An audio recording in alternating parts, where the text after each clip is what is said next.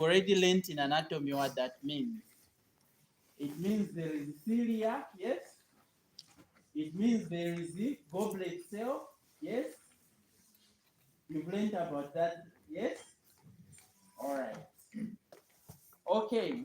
So the area in front, the vestibular area, has the hair in it, and this hair is important for cleaning the air. And then on top, or in the way in the back, the nose is connected to the throat, also known as the nasopharynx. And at the back of the mouth, there is the oropharynx. So the nasopharynx and the oropharynx also have pseudostratified columnar epithelia. And then they just act as a transport channel for air to go to your throat. This area here, which has the voice box, and we call that area which has a voice box the larynx. You remember? We said this area which has at Kagigo, you call it Kagigo, isn't it? This Kagigo is actually a cartilage. You've learned about cartilage tissue, yes? You learned that cartilage tissue has no blood vessels, yes? All right. So anyways, this area here, which is known as the Adam's apple, is actually a cartilage. It is known as the thyroid cartilage. Yes? You've learned about the thyroid gland. You've learned about the thymus. You learned about the thymus, but you haven't learned about the thyroid.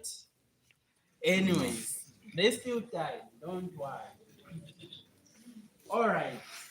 So, what we want you to know, this area here that has this voice box has 6 cartilages. There are 6 different types of cartilages just here. And these 6, there are 3 paired and 3 non-paired. When you go to anatomy, you'll be required to remember all the names of the 6. For today, I just want you to remember the name of 2. The thyroid cartilage, which makes the voice box, and this cartilage below it. You remember the name, we talked about it last time, yes? Known as the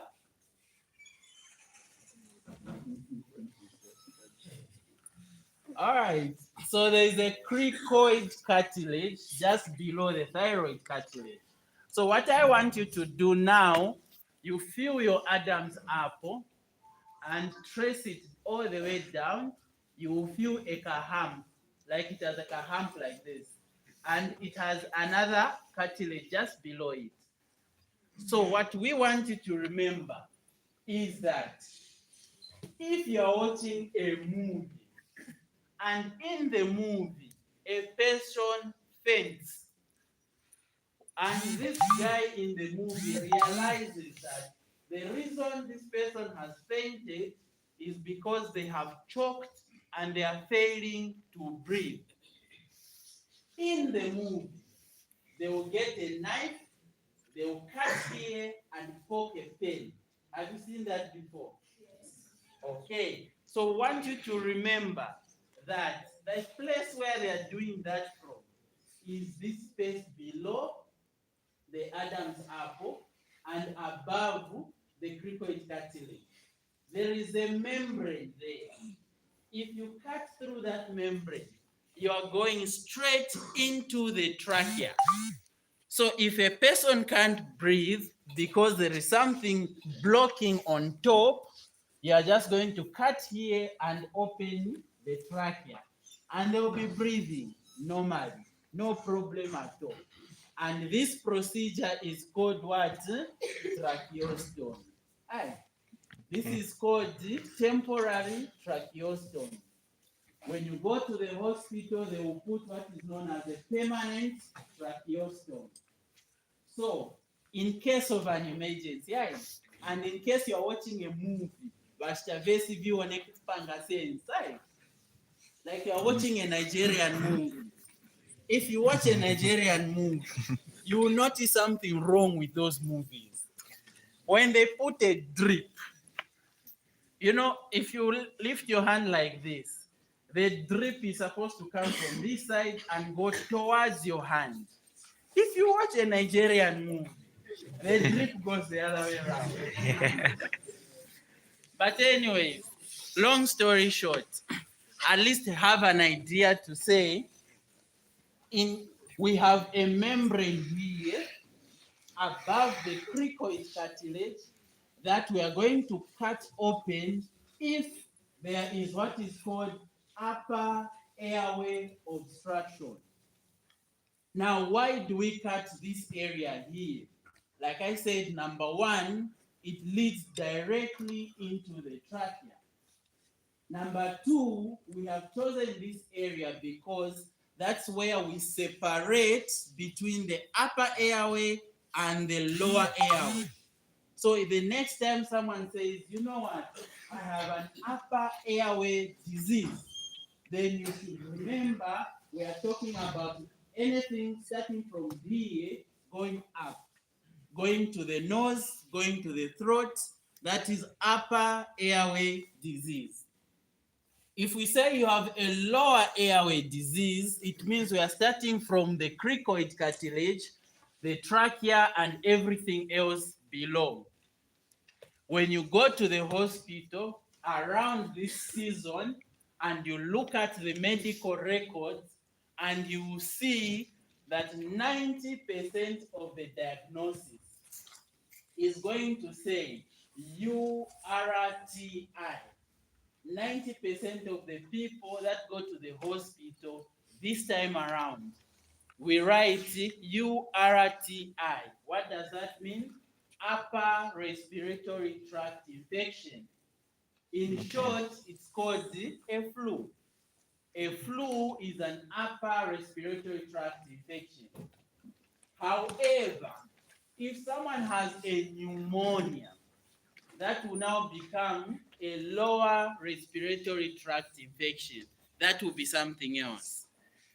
But in all, we are trying to tell you, if a patient comes to the hospital with a flu, in the medical record, we are going to write upper respiratory tract infection, because a flu is an infection that happens above the cricoid cartilage.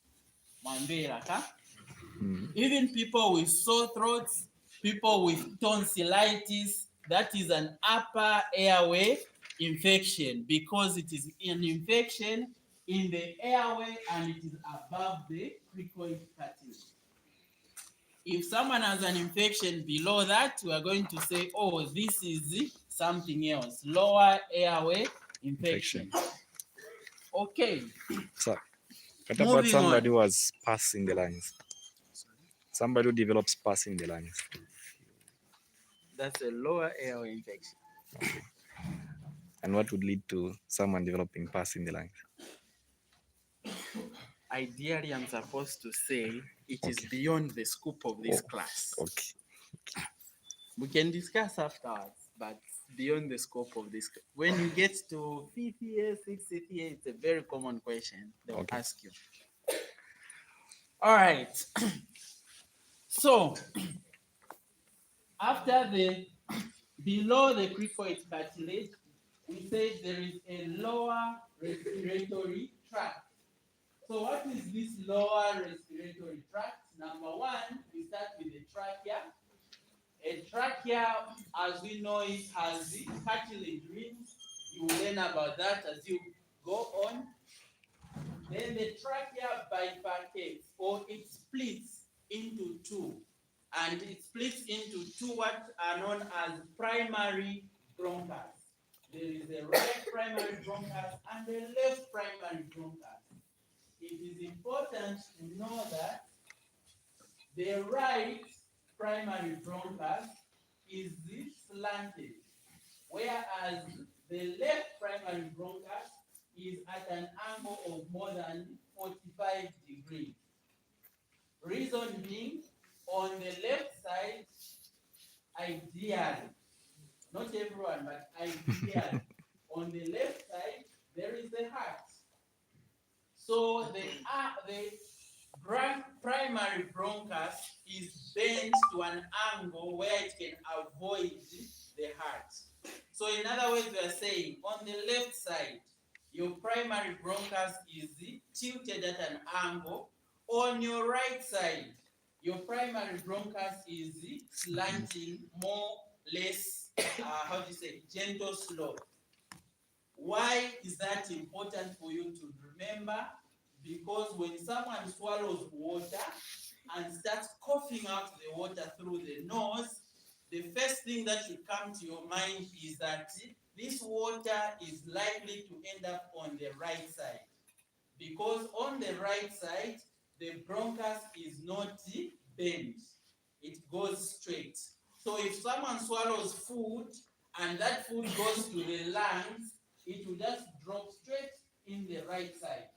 It is less likely that it will drop on the left side.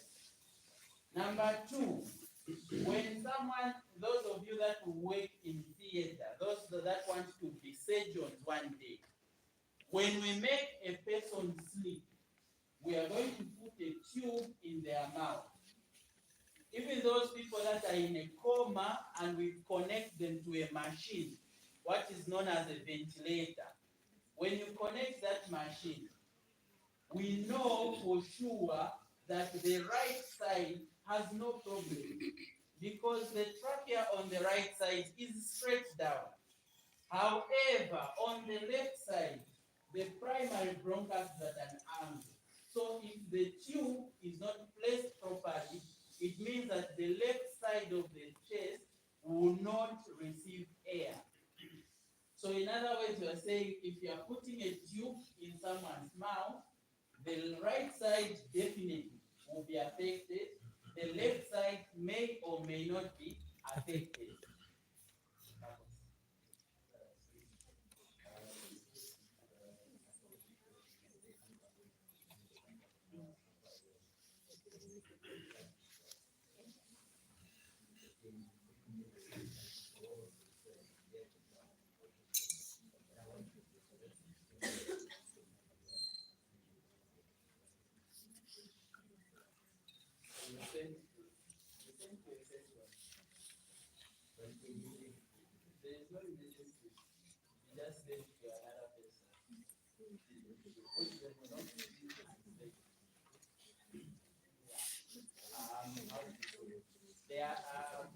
Anyway, you understand. The number one most important thing about a doctor, please remember this. The most important thing, that at the first two rules about practicing medicine. Number one, safety first. In other words, you do not sacrifice yourself. You make sure that you are safe. There is a very common question they ask, which you see in a movie, but please do not practice. If you are moving on the road and you find an accident, you do not tell people, stand aside, I'm a doctor. You do not do that. Never in your life should you find something and shout, oh, I'm a doctor. No. Safety first, guys. Protect yourself. That's number one. You do not want to give yourself more weight than you can handle. That's number one. And also, what we see in movies, when there's a burning vehicle, someone runs, pulls out the person, and starts resuscitating. Do not, just because I want to be a superhero, do not run to a burning vehicle. Do not run into a burning building. No, let me save people. No. Yes, you are a doctor, but you're not Superman. So number one, safety first. Where there is an accident, do not jump and say, oh, I'm a doctor, let me save. Do not do that. This is what soldiers like doing. They find someone is drowning, they run, they jump in the water. They want to save. Soldiers have that problem. I don't know, maybe that's their training. They're taught to say you should do that. As a medical doctor, someone is drowning. Do not make yourself a superhero. If and only if you have a life jacket, you can jump in and save the mind. Even if you know how to swim, you don't know how deep that river is. Hey, we've had people who are trying to save people who are drowning, and they end up drowning themselves. Hey, safety first. Number two, as a medical doctor, learn to say you don't know. It is very, very important. If a nurse comes and says, doctor, there's a patient here who needs surgery. Please, if you don't know, just say, I don't know. The problem with doctors is that they will see a nurse and they will think, Azani onelamu. It's okay, wakuoneremo. If you don't know, you don't know. Aye. It's important when you don't know, you don't know. It starts here. When you go to your discussion group, you sit down, no, we are studying respiration, and you are this genius everyone thinks you are. And you fail to say, no, you know what? I don't know the answer for this question. If you don't know, you say you don't know. Don't start thinking, no, you know what is called teleology. There's something called teleology. Someone will be telling you an answer, and they will be explaining the answer. And when you listen to them, it makes sense what they are saying. When in actual fact, they have no idea what they are talking about. They are just telling you because it sounds like it's making sense. So it is important.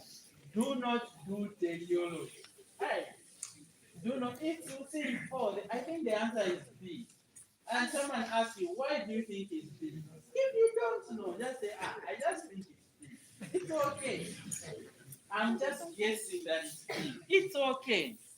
Do not start, no, I read when I was in Shani, there was a book that no, if you don't know, just say I don't know. Vasila, we'll go and research all of that. We'll go find out the answer. All right. So it is important when you say you don't know, then you call someone who knows to come and do it. So remember that as you do your practice, right? And most important thing, I tell everyone this, doctors do not save lives, right? We do not save lives. We treat diseases. There is a difference. If someone comes to you has malaria, your job is to give them drugs for malaria. Aye. If they get better, well and good, we smile. If they die, well and good, I'll still get paid. It's okay. Aye. You are not paid to save their life. Aye. You are paid to give them what? Remember that. If they are saved, they'll come and dance, they'll bring you maize, they'll bring you a cow. Be happy. If they die, still be happy because month end you'll be paid. You can breathe. It's okay. Life's good. So remember this now, that you are not doctors to save lives, right? It's important because you cannot save everyone. Right now, as I am talking to you, I have 5 babies who are on oxygen. If I was telling myself that, you know what, I am here to save lives, I wouldn't be here today. I would be in the hospital seeing the babies that are on oxygen. But then I realized to myself, no, I am not saving lives. I am writing medicine for treatment. So the moment I told the nurse that please put the baby on oxygen, kwasira nakomboka. Whatever happens to the baby, I understand. I know after you leave this, it's a very difficult situation. But remember that you do not save lives, you treat diseases. Make sure you explain this to the people at home. Doctors do not save lives. Doctors treat diseases. There's a difference, right? There's a big difference. And if you understand this, it will also help you from getting depressed. In my experience, I've had 5 patients dying on the table. You take a patient to theater, you are doing an operation, patient dies. You have to tell yourself, you know what? I'm not here to save this patient. I'm here to do an operation. Let me do my operation and forget about it. Die. If they die, they die. If they live, they live. My job is to do the operation. You understand, huh? So you should always put that in the back of your head. If you are always thinking, if I do the operation, patient survives, my friend, China ma, because you'll be depressed like no man's business. Anyways, let's move on. All right. So we're talking about respiration. So we're saying that you should learn, or you are going to learn the anatomy of respiration in. So we're saying there's a bronchial tree, starts with the trachea, which splits into primary bronchus. Primary bronchus will split into secondary bronchus. Secondary bronchus will split into tertiary bronchus. Tertiary bronchus will split into bronchioles. You have primary bronchioles, secondary bronchioles, tertiary bronchioles. Tertiary bronchioles are also known as the respiratory bronchioles. Respiratory bronchioles will end up into alveoli. So basically, this is what we call our tracheobronchial tree. Just simply the passage for air from the upper airway into the lungs. And we know that the lungs is just a group of alveoli. Okay. Now, what we want you to remember is that somewhere, starting from the terminal bronchioles, even the respiratory bronchioles, this epithelium changes. It stops being the pseudostratified columnar epithelium. It becomes simple cuboidal, and at some point it changes, it becomes simple squamous. And at the time when it changes to simple squamous, you have 2 types of cells. One type of cell is called, the important type of cell that we find are called the pneumocytes. So you have what are known as type 1 pneumocytes, and you have what are known as type 2 pneumocytes. So type 1 pneumocyte, basically, these are cells that are responsible for gas exchange. Type 2 pneumocytes, these are cells that produce a fluid called the surfactant. We'll come and talk about the surfactant later. Okay? So the lungs, like I said, this anatomy you'll come and learn in anatomy. The important thing I want you to know for now is that the lungs have a membrane around them. This membrane is a simple stratified epithelium, and this epithelium, it bends or it curves around itself. So this membrane, when it bends around itself, it goes and attaches itself to your chest wall. So the part of the membrane that is attached to the cell chest wall is known as the parietal pleura. And then there's a part of this membrane which is attached to the lung. It's known as the visceral pleura. And the space in between these two membranes is known as the pleural cavity. So in short, we want you to remember that there is a pleural cavity inside the chest wall. Number two, we want you to remember, which you already know, that the chest wall has a bone in front known as the sternum, which you learn about the parts of the sternum. You learn about parts of the sternum. Very good. And then you have at the back the vertebral column, also known as the backbone. And then on the sides, you have the ribs, also known as the rib cage. How many ribs do we have? We have 12 pairs of ribs. However, God said, yes, but when you take a X-ray, there are 12 ribs. Why? When do you think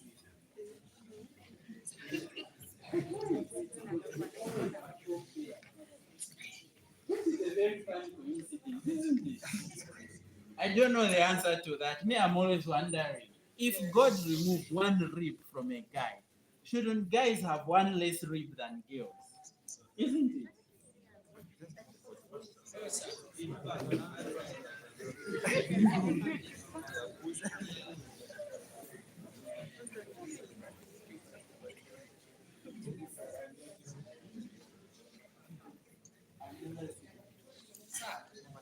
All right. So, anyways, we want you to remember that the ribs, in between the ribs, there are two sets of muscles. One set of muscle is facing what? Facing medially, bent but facing this side towards the middle. And the other set of muscles is bent and facing the other side.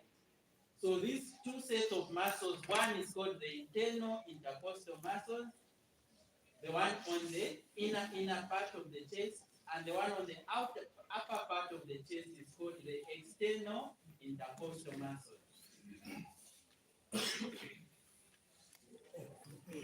No, I wanted to answer all the issue. There is yes, that is why the Bible says Adam was removed. It's like when you it's like your father was cut a leg. Doesn't mean that the children won't have the leg. It's like the genes. So when God removed the genes.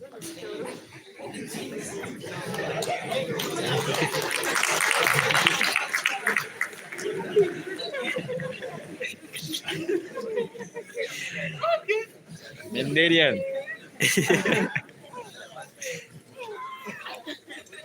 I've never thought about that. All right. So we are saying the chest wall has the ribs, sternum, backbone, intercostal muscles, and also this chest wall is supported by other muscles. The muscles below the chest wall, the abdominal muscles. There are muscles above the chest wall. These are neck muscles. They also assist, or basically, they are also supporting the chest wall. We'll talk about that as we go. All right, so basically that's the anatomy we want you to know for now. I'm sure when you look at the question papers, they will also ask for other details. But for now, we want you to remember that. So, functions of the respiratory system.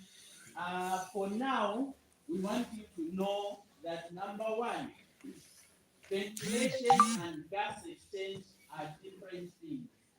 We want you to know that ventilation, it means movement of air in and out of the body. That's ventilation. Gas exchange, it means movement of carbon dioxide from the blood and movement of oxygen from the alveoli into the blood. Aye. That's gas exchange. So breathing and gas exchange is not the same thing. Aye. And then there is also what is known as cellular respiration or internal respiration, which I don't think it's part of your syllabus, but in biochemistry, you've already done 9.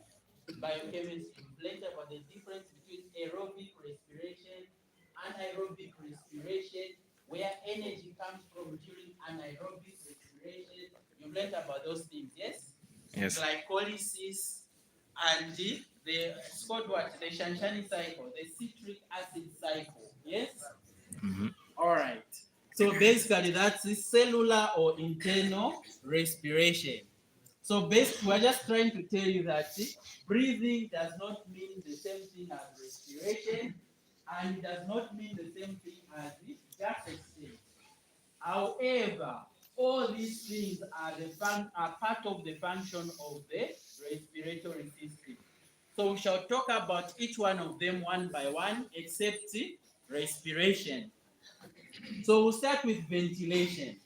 We'll talk about ventilation. What is ventilation? Like we said, movement of air in and out of the lungs. And this movement of air depends on the pressure in the chest. So, simply put, if we reduce the pressure inside the chest, the pressure in the atmosphere is high. So what happens? Air moves from high pressure, which is outside, into lower pressure, which is inside. So simply put, if we reduce the pressure inside the chest, air will move inside the chest. If you increase the pressure in the chest, air will move from the chest to the atmosphere, to the outside. Basically, that's what happens during ventilation.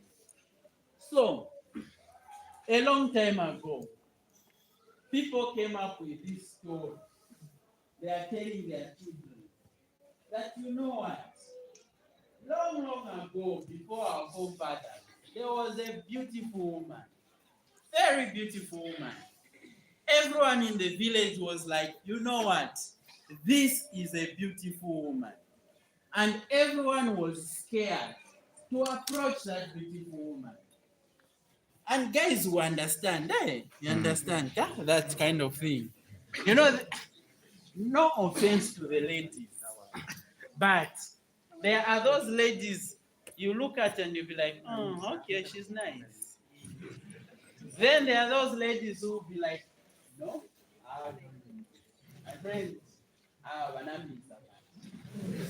and then there are those ladies who, you know, even you know that if I go like, boy, everyone will be like, man, I think I'm taking 2 days. You understand? So I'm sure a long time ago, these people saw that one. Everyone will be like, mommy, okay, and everyone was like, I can't reach there. So this guy called Udini decided to say, you know what? Let me try my luck. So Udini reached out to this woman.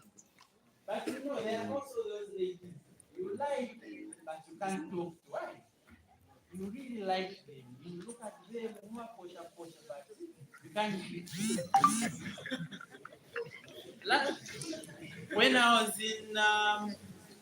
was in first year, we went to a tutorial mathematics. I sat next to this girl. Then this girl, I was like, we started talking. Hi, how are you? I'm okay. Unza is hard. Like my friend, it's not things. They should have told us before we signed for natural science, because we'd have signed for other things. Then she goes like, what's your name? Oh, me, I'm Chabota. What's yours? Oh, I'm Miriam. Ah, Miriam. You know what? I have a cousin called Miriam.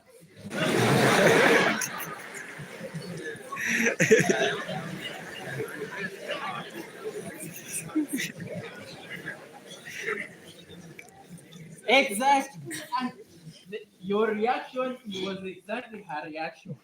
She looks at me and, hey, my friend, I've heard that line before. Try something else.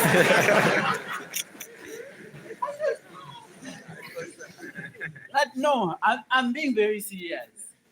I have an aunt in Mumba.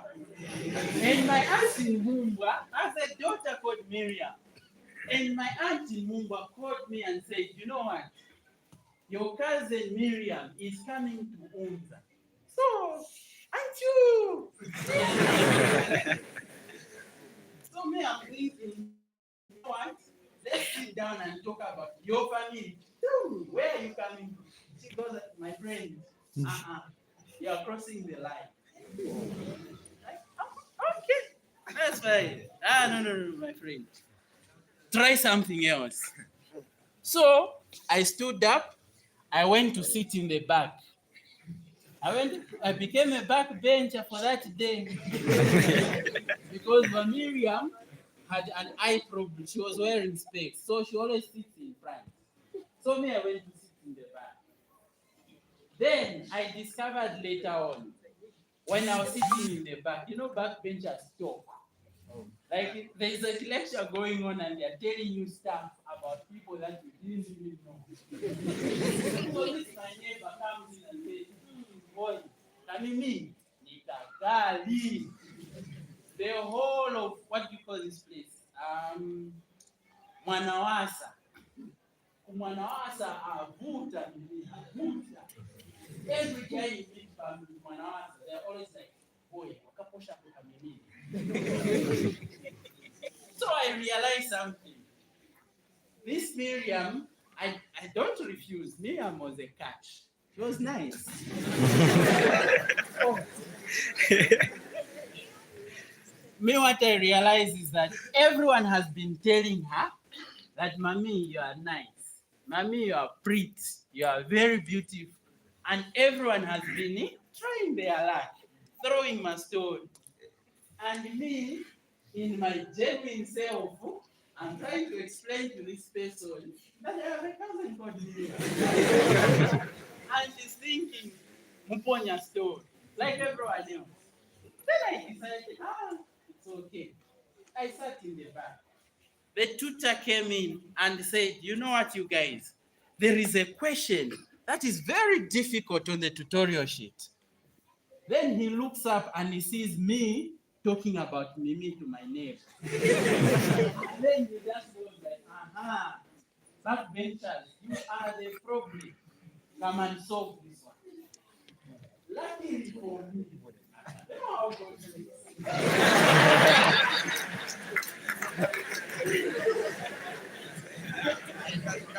Luckily for me, before we started our tutorial, there was another tutorial.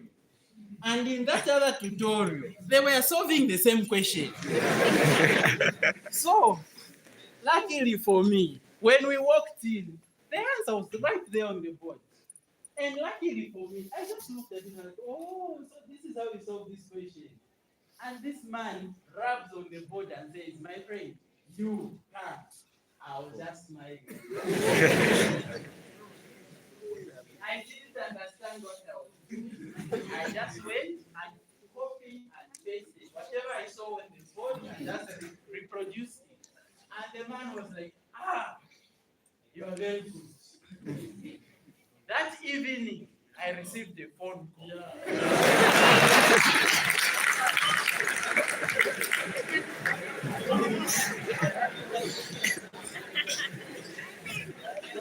Mimi called me and said, anyway, long story short, to the lady, when we tell you about our cousin, sometimes we genuinely tell you about our cousin. All right. Anyway, I hope you are right.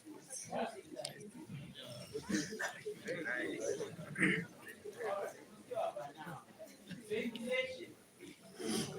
So, we're saying ventilation is the movement of air into and out of the So how does the chest reduce the pressure?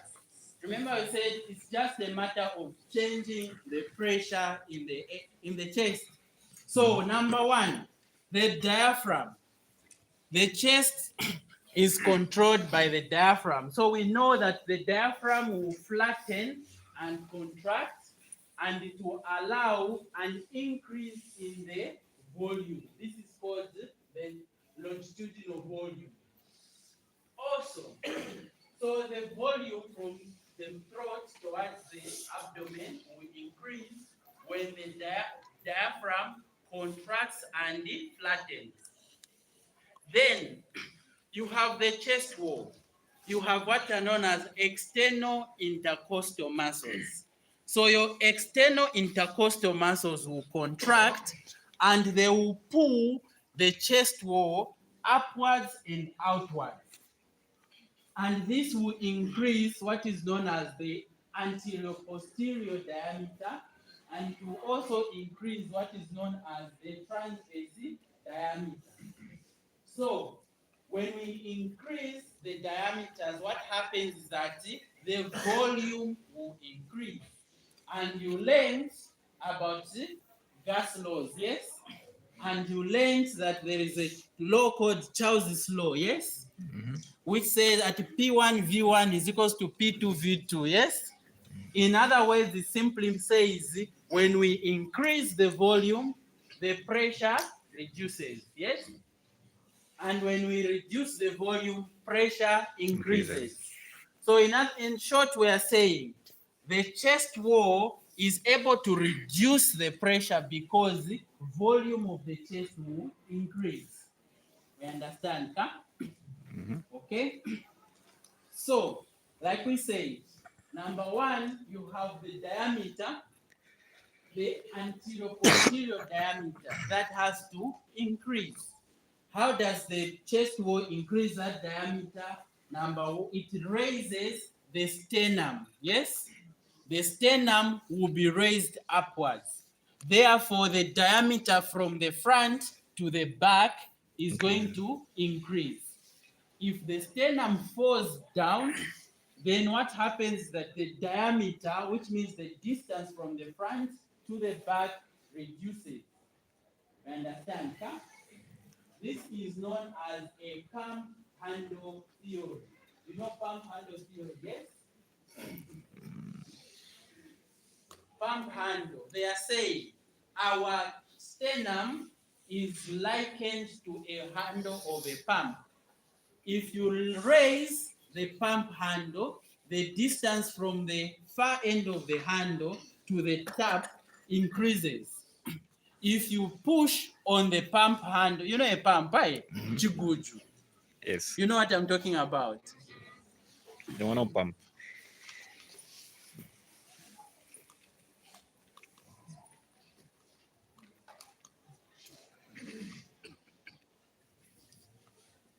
You've seen this thing before, huh?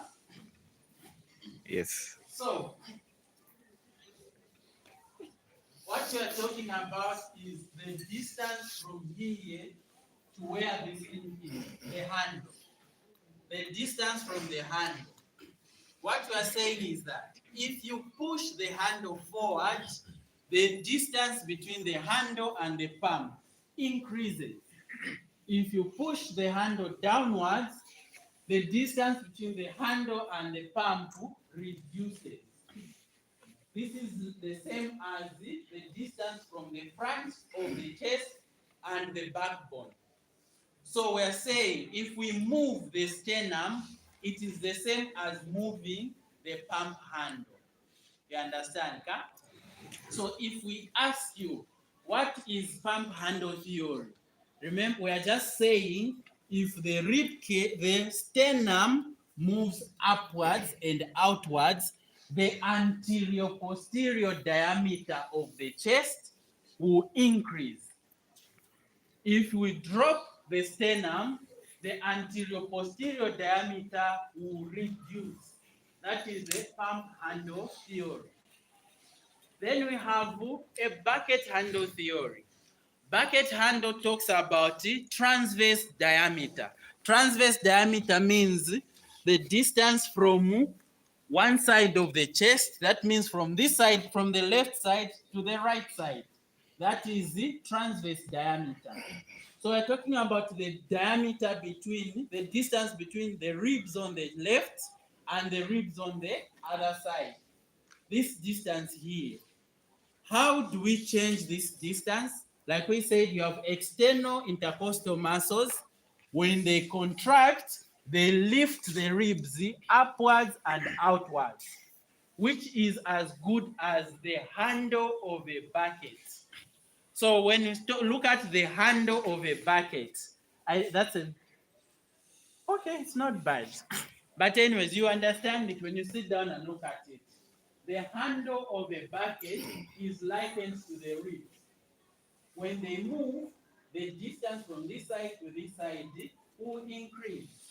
Whereas when they drop, the diameter will reduce. We understand, huh?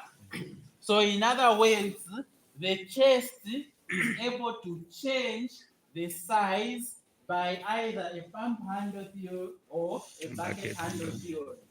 And in this way, like we said, when we increase the volume, we reduce the pressure and the air will move into the lung. Then, when the opposite happens, when the chest wall drops, the pressure inside the chest will increase and air will come out. It is important to remember that when you are breathing out or when air is coming out, the muscles relax. They just relax. And once they relax, the air will come out. Therefore, we are trying to tell you that you do not need to use energy to breathe out. Breathing out is a passive process. You just breathe out without using energy. However, when you are breathing in, the muscles need to contract. Therefore, you will use energy to breathe in. So breathing in is an active process. It is the energy expenditure. Breathing out does not use energy. However, if for one reason or another you have a problem, for example, you are choking. If you are choking, it means air cannot move out on its own. So you need to force the air to go out. Therefore, you are going to need other muscles to help you to push the air out. And these are the muscles that we call the accessory muscles of respiration. Sometimes when you are breathing in, the movement of the diaphragm is not enough. And therefore, you will need help to take in this air, especially when you have tonsils or you have a sore throat or you have a pneumonia. The amount of air you're taking in is not enough. So the body has to find other muscles that will help the diaphragm to push in the air. We call these accessory muscles of respiration. So there are accessory muscles for inspiration, for breathing in, and then you have accessory muscles for breathing out. So these muscles that help you breathe in, most of them you will notice are found around the neck. Why? Because they are trying to pull the diaphragm upward and outward. They pull the chest wall upward and outward. So you have muscles like sternocleidomastoid. You've heard of sternocleidomastoid muscle, yes? You've heard of anterior serratus muscle, yes? You know anterior serratus muscle. You've heard of scalene muscles, yes? Anyways, you come and hear about these things as we go. And then you have muscles that help with breathing out.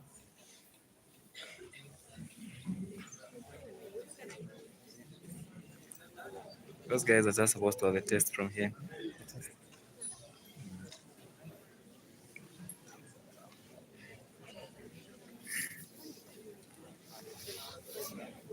The exam was in the other venue.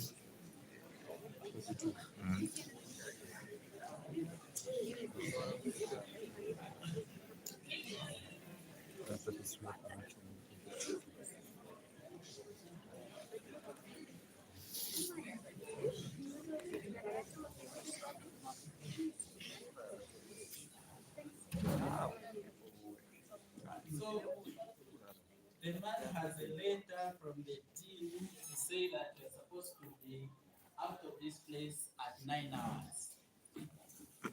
All right. So that means that we end our lecture here. All right. All right.